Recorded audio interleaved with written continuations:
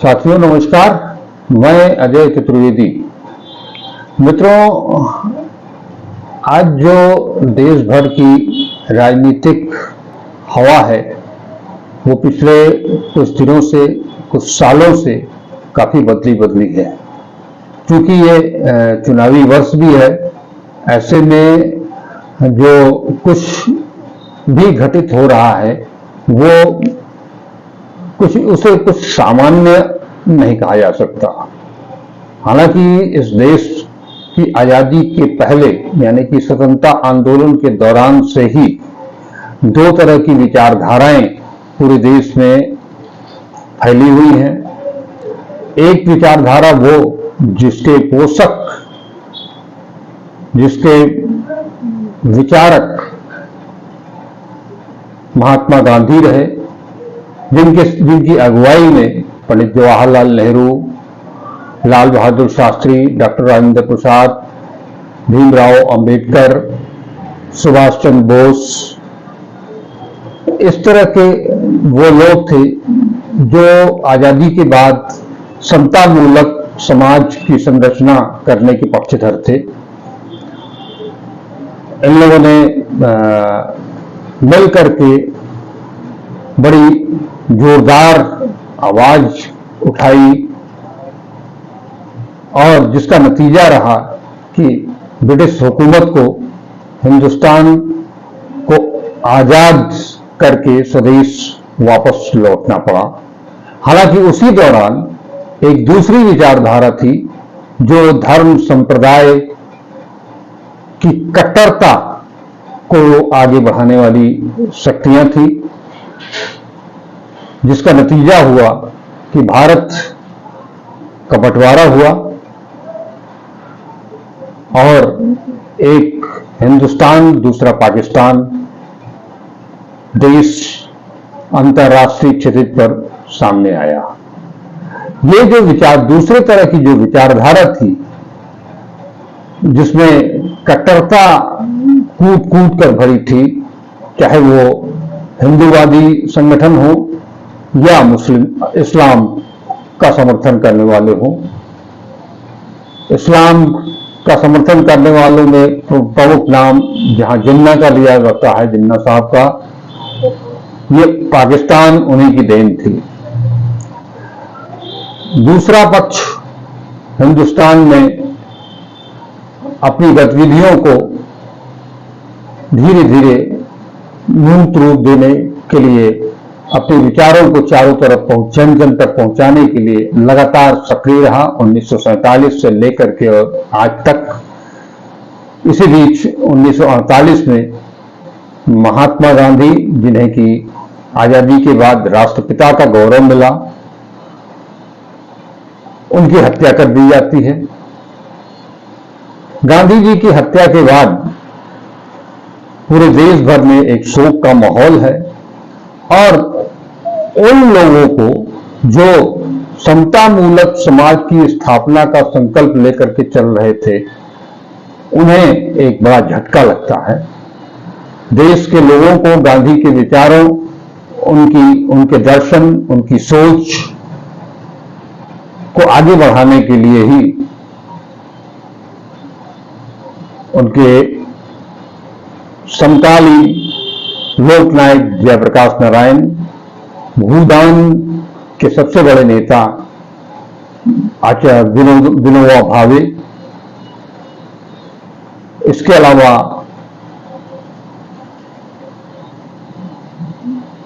तमाम ऐसे लोग थे जिन्होंने पूरे देश भर में सर्व सेवा संघ नाम की एक संस्था स्थापित की। इस संस्था से सर्वोदयी लोगों का जुड़ाव हुआ और उन लोगों ने ही ये संस्था की स्थापना करने के बाद पूरे देश भर में गांधी के विचारों, उनके दर्शन, उनकी सोच, उनकी अभिव्यक्ति को जन जन तक पहुंचाने के लिए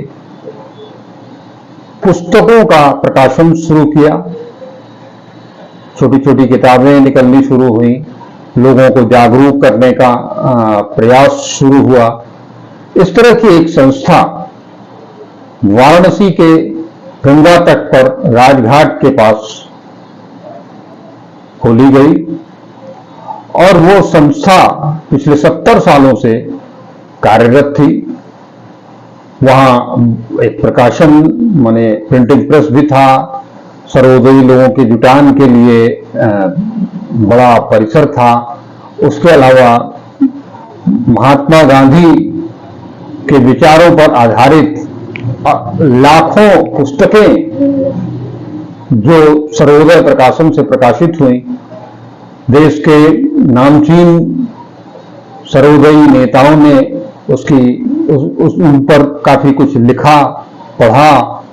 अनेक साहित्यकारों ने, बुद्धिजीवियों ने, सेकुलर सोच वाले लोगों ने काफी कुछ लिखा पढ़ा। बताया जाता है कि करीब 10-20, 5-7 लाख किताबें उस पुस्तकालय में थी। इसी बीच काशी में एक नई सोच के लोग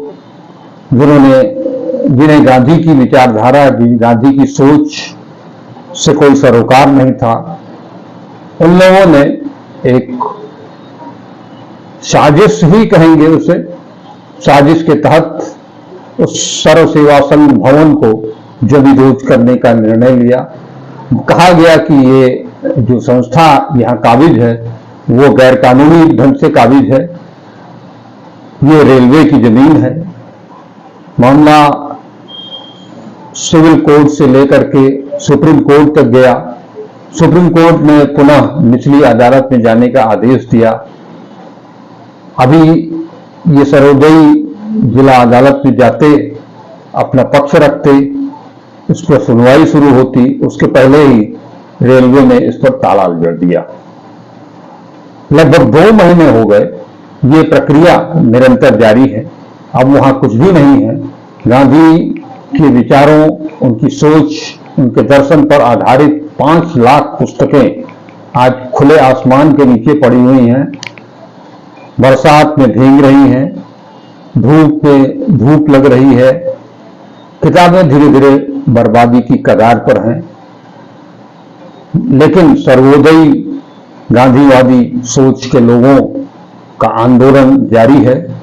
सत्याग्रह के माध्यम से वो जगह जगह जा रहे हैं, लोगों को अपनी बात बता रहे हैं।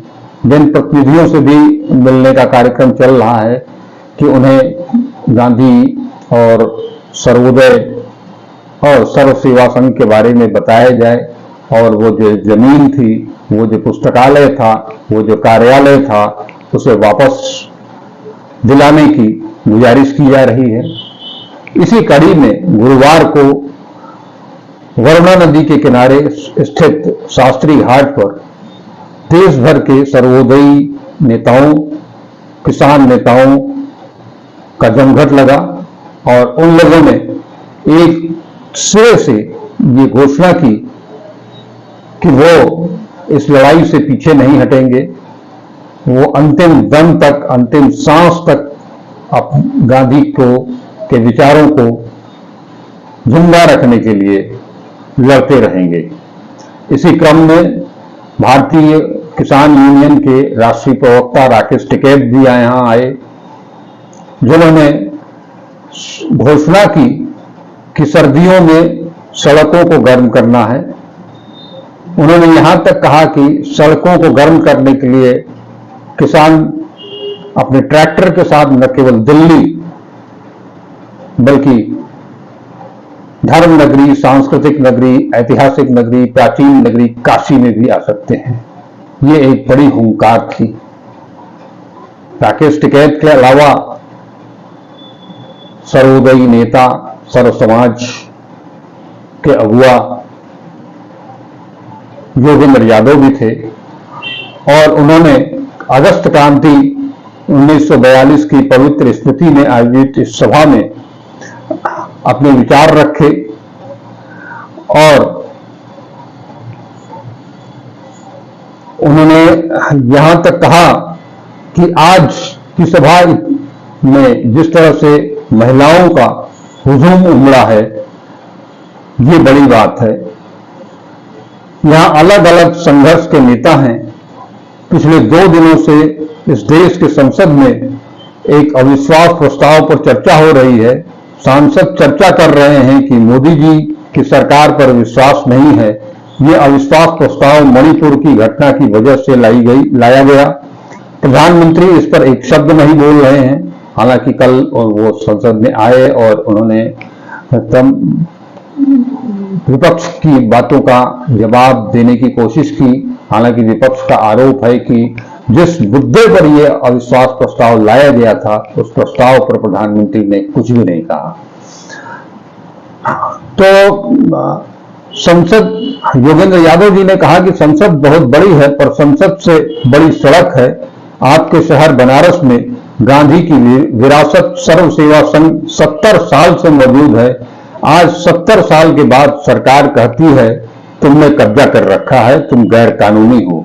सवाल जमीन का नहीं, गांधी की विरासत का है। वही वरिष्ठ गांधीवादी कुमार प्रशांत ने कहा कि आज गंगा के किनारे हम सब लोग देश के अलग अलग जगह से यहां आए हैं। इतने लोगों की उपस्थिति इस बात को दर्शाती है कि बनारस में कितनी गलती कर रही है सरकार। वही पूर्व विधायक पंकज कुमार ने कहा कि ये एक बड़ा हमला है, इससे हमें सबक लेने की जरूरत होगी, क्योंकि अब गांधी, अंबेडकर, जेपी, लोहिया की विरासत को बचाने के लिए एक नए संघर्ष की, नई क्रांति की जरूरत होगी। भारत जोड़ो अभियान के प्रतिनिधि के रूप में पंकज पुष्कर ने विश्वास दिलाया कि हम लोग इस निजाम से लड़ेंगे। इस मौके पर मेधा पाटकर भी मौजूद रही। उन्होंने कहा कि आज गांधी की सत्याग्रह की सबसे ज्यादा जरूरत है। आरएसएस, मोदी इसी से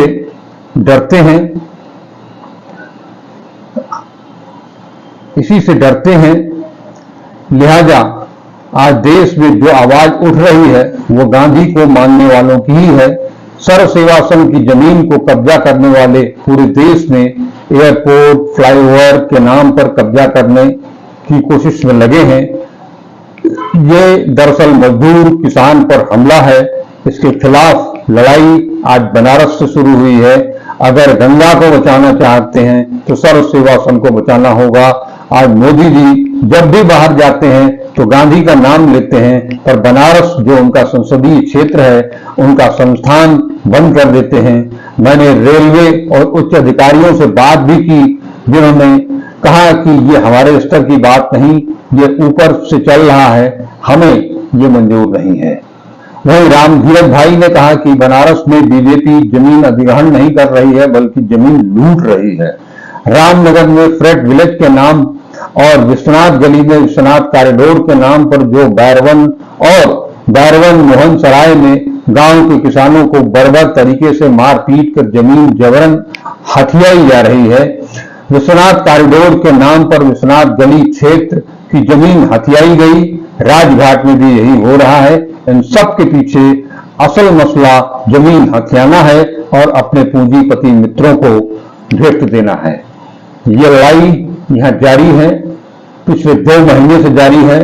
कब तक ये चलेगी ये अंतहीन है, क्योंकि अब जिस तरह से किसानों का भी समर्थन इन सर्वोदयों को मिलने लगा है, उससे एक उम्मीद बंधी है कि ये आंदोलन इतना हल्का नहीं होगा, सरकार इसे इतनी आसानी से दबा नहीं पाएगी। कल क्या होगा ये भविष्य के गर्भ में छुपा है, लेकिन जो भी होगा लगता ऐसा है कि कुछ परिस्थितियां बहुत आसान नहीं होंगी सर्वोदयी नेताओं के लिए, लेकिन सरकार, उन्होंने जो प्रण किया है कि उस सरकार को इस मुद्दे पर चैन से नींद नहीं लेने देंगे, चैन से रहने नहीं देंगे, चैन से सोने नहीं देंगे। अब देखना यह है कि किस करवट बैठता है, सर्वोदयी नेताओं की जीत होती है या सरकार का जो हमला है, जो आरोप लग रहा है, वो अपने आप में सफल होते हैं।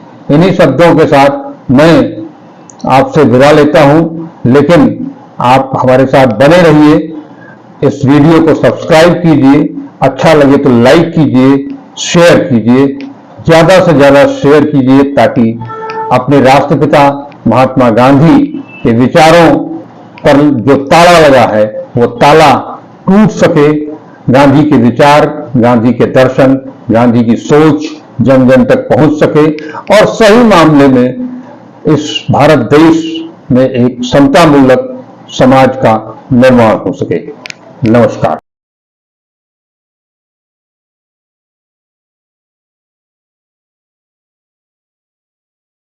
कि वो जो भीड़ उन महिलाओं को निवस्त्र करके घुमा रही थी, सच में वो भीड़ निवस्त्र थी, ना कि वो महिलाएं।